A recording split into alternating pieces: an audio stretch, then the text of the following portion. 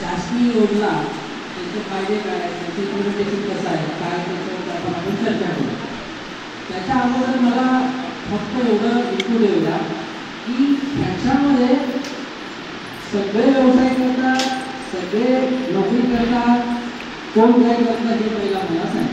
सुरुवातीला जर कोणी ह्याच्यामध्ये व्यवसाय छोटासा असेला व्यवसाय घरगुती असो कुठलाही व्यवसाय करता त्यांनी हात वर करा.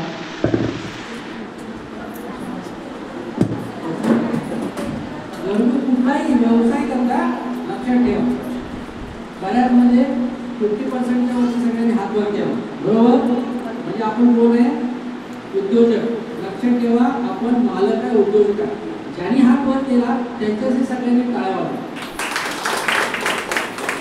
बरोबर, आपण उद्योजक आहे, पण आपण उद्योजक आहे हे आपल्याला कळणं